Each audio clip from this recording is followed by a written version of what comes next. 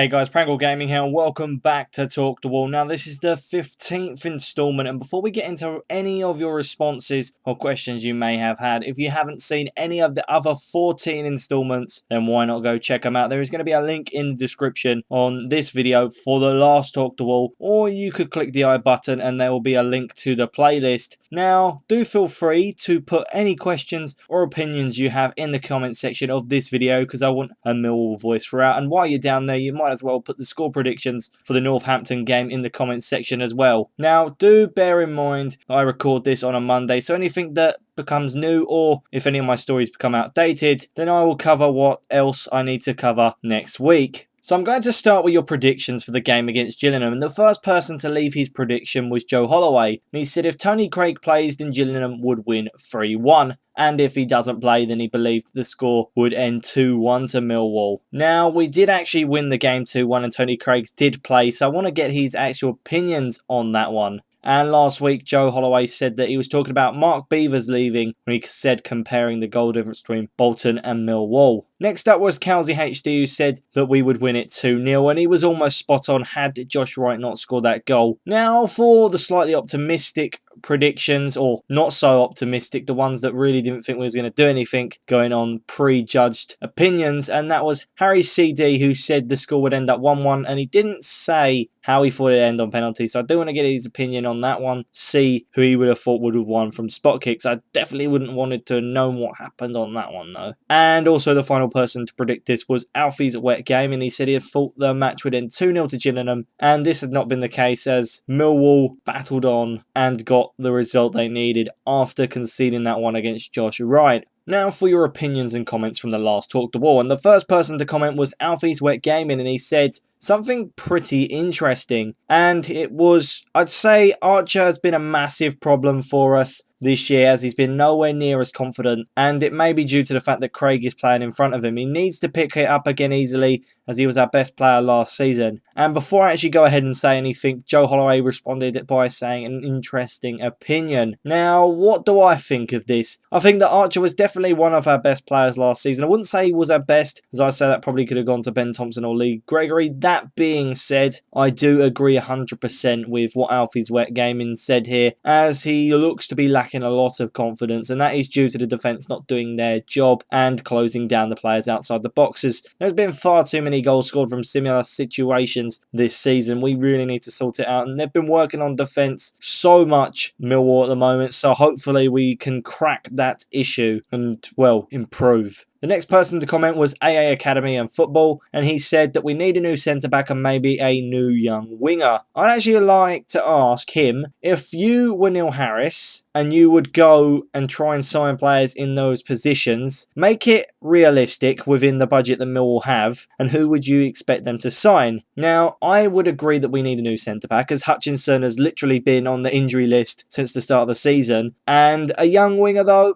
it's not really something I would consider, but if you can play on the left and the right, I wouldn't complain too much. But personally at the moment, I would prefer a new striker, as Greggs has been literally drawing blanks throughout the season so far. He's only been scoring from the penalty spot, but obviously we'll have to see how progresses during the season. He did have spells where he just wasn't scoring goals, so hopefully he can get up there, start scoring some goals from open play, and do as well as he did last season. The final person to comment was Harry CD, and he said this about our season: I have a feeling that this time last year we weren't doing much better, so I don't think we should worry whether Millwall will get promotion this year. There's plenty of time to turn things around, so please do show us what the table from last year looked like. Now, before I actually go ahead and do that, I actually want to see what Alfie's Wet Gaming said, and he said, yeah, we were terrible at the start last year, and I think we might just get 6th place this season, no automatic. And in a way, that could make sense, as that's really what we could definitely fight on and do. So let's actually take a look at last season's table. So this is last season's table on the screen right now for you guys to see. We hadn't played the 12th game again last season. We sit 17th in the league table with a -4 goal difference. So Harry CD is right. We probably can do just as well as last season. Hopefully the win against Gillingham in the Checker Trade Trophy will help us move forward in a positive way. And let's have a look at this season season's table. So we sit in 19th with a -4 goal difference, so exactly the same. We're only 2 points lower than what we were last season, so that's a matter of we won a game instead of drawing it. And, well, to be honest, I don't think it's that bad now looking at the table. I kind of think that we can get out of this spell. We need to just hope we can beat Northampton. If we can't, it shouldn't be too much of a worry. There are definitely more games, but we can't keep losing games. As long as we start winning, we should be fine. Now, I mentioned last week that I'll be showing you the league table and the top scorers, so let's do that before we go into what happened against Gillingham. So let's have a look at the top 6 teams in the league. Scunthorpe United sit top of the table with 25 points and have the best goal difference in the league with +15. Second are last season's playoff semi-finalists that lost to us, Bradford City. They have 24 points, 1 point off of Scunthorpe. They've made a pretty decent account of themselves this season with +8. Moving into the playoffs, and third are Bury, and someone needs to tell them to slow down. They have had such a fantastic start to this season. They have 20 points and a goal difference of +5. And they also have joint second highest goal scored in the league so far. They are unstoppable at the moment. Fourth are Port Vale, and Bruno Ribeiro really has developed a brilliant team here. They have 20 points like Bury, but only have a goal difference of +2. Fifth are Bolton Wanderers. They've slipped down the table in recent weeks, but they do still remain in the playoffs with 19 points and just 1 positive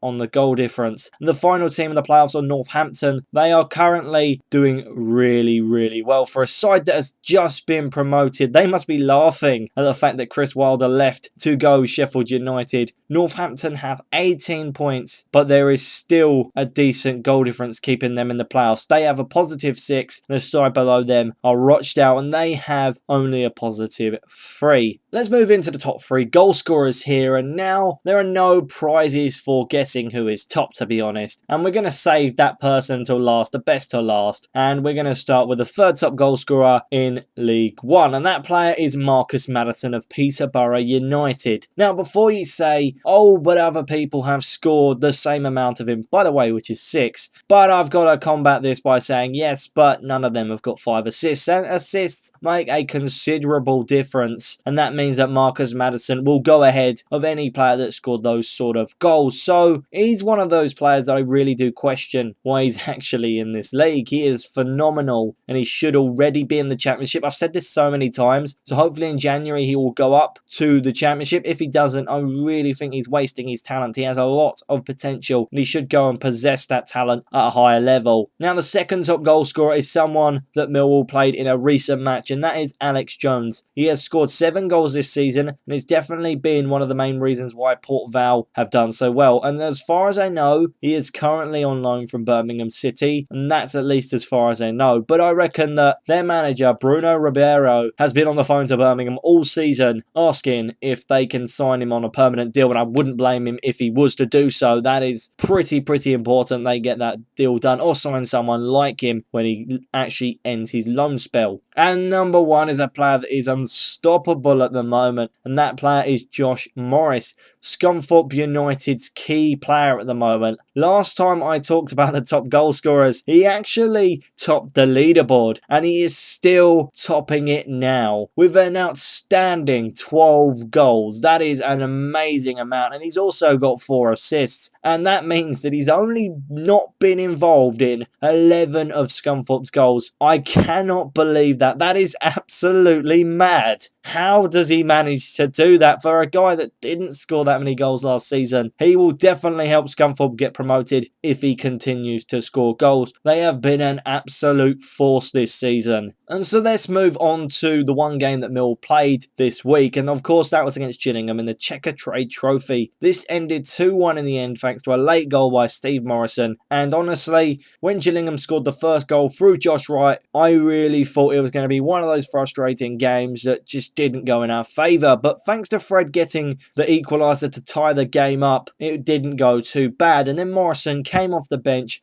and he got the goal that won us the game. He officially knocked Gillingham out the Checker Trade Trophy, and we've also progressed through to the next round ourselves. Now, it is that time in the podcast where we get into the Millwall news. And so the first bit of news is that Millwall goalkeeper Tom King revealed a very strange way of keeping his composure during games. And that's that he sings along with the fans quietly, singing the chants to keep himself mentally focused. He also did reveal that David Ford and Kevin Pressman have taught him some techniques that actually include talking to himself and talking to teammates to keep him aware of what is happening in the match. The next bit of news is a kind of update on the Millwall versus Charlton match saga that's going on at the moment. Obviously, it was postponed and meant to be played last Saturday, so that game will actually be going ahead sometime in December, and that date isn't currently known, and it will be known though after the first round of the FA Cup, which should be known at the latest of the 6th of November. And if one of us does happen to get knocked out in the FA Cup and not progress to the next round, then that will be on the 3rd of December. But if we do manage to both go through, then it'll be on the 21st of December, the final game before Christmas. And I think I know what day I actually want it to be on. What a great time it would be to have a fiery atmosphere before you go off and enjoy Christmas. I mean, that would really be the cherry on the top if we was to win that one. The next bit of news comes from Shane Ferguson, as he assisted 2 goals for Norwich's Cole Lafferty as Northern Ireland beat San Marino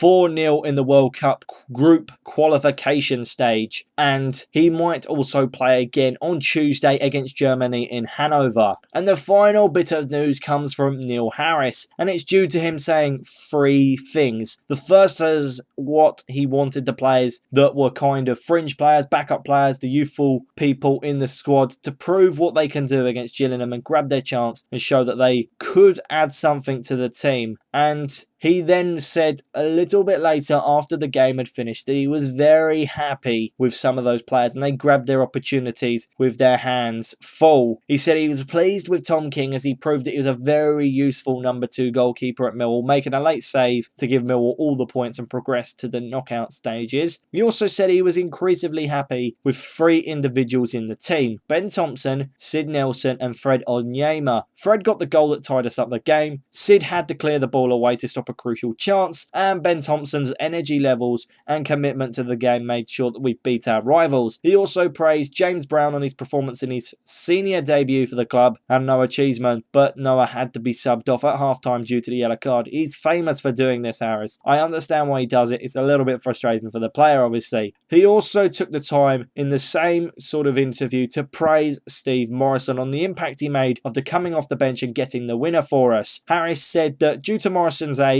he may have to come off the bench a few more times this season, allowing himself to make an impact, as he does lift the spirit of the team when he comes on the pitch. So that is all we've got time for today. Do feel free to put any questions and opinions in the comment section for the next Talk the Wall. However, before I go, don't forget to put your score predictions for the Northampton game in the comment section, as next week I'll be covering the game and highlighting the good and bad points. And I also want you guys to tell me your opinions on that game and Millwall as a whole as the season progresses. So, like, comment, subscribe, and I will see you guys next week for the next Talk the Wall. But until then, goodbye.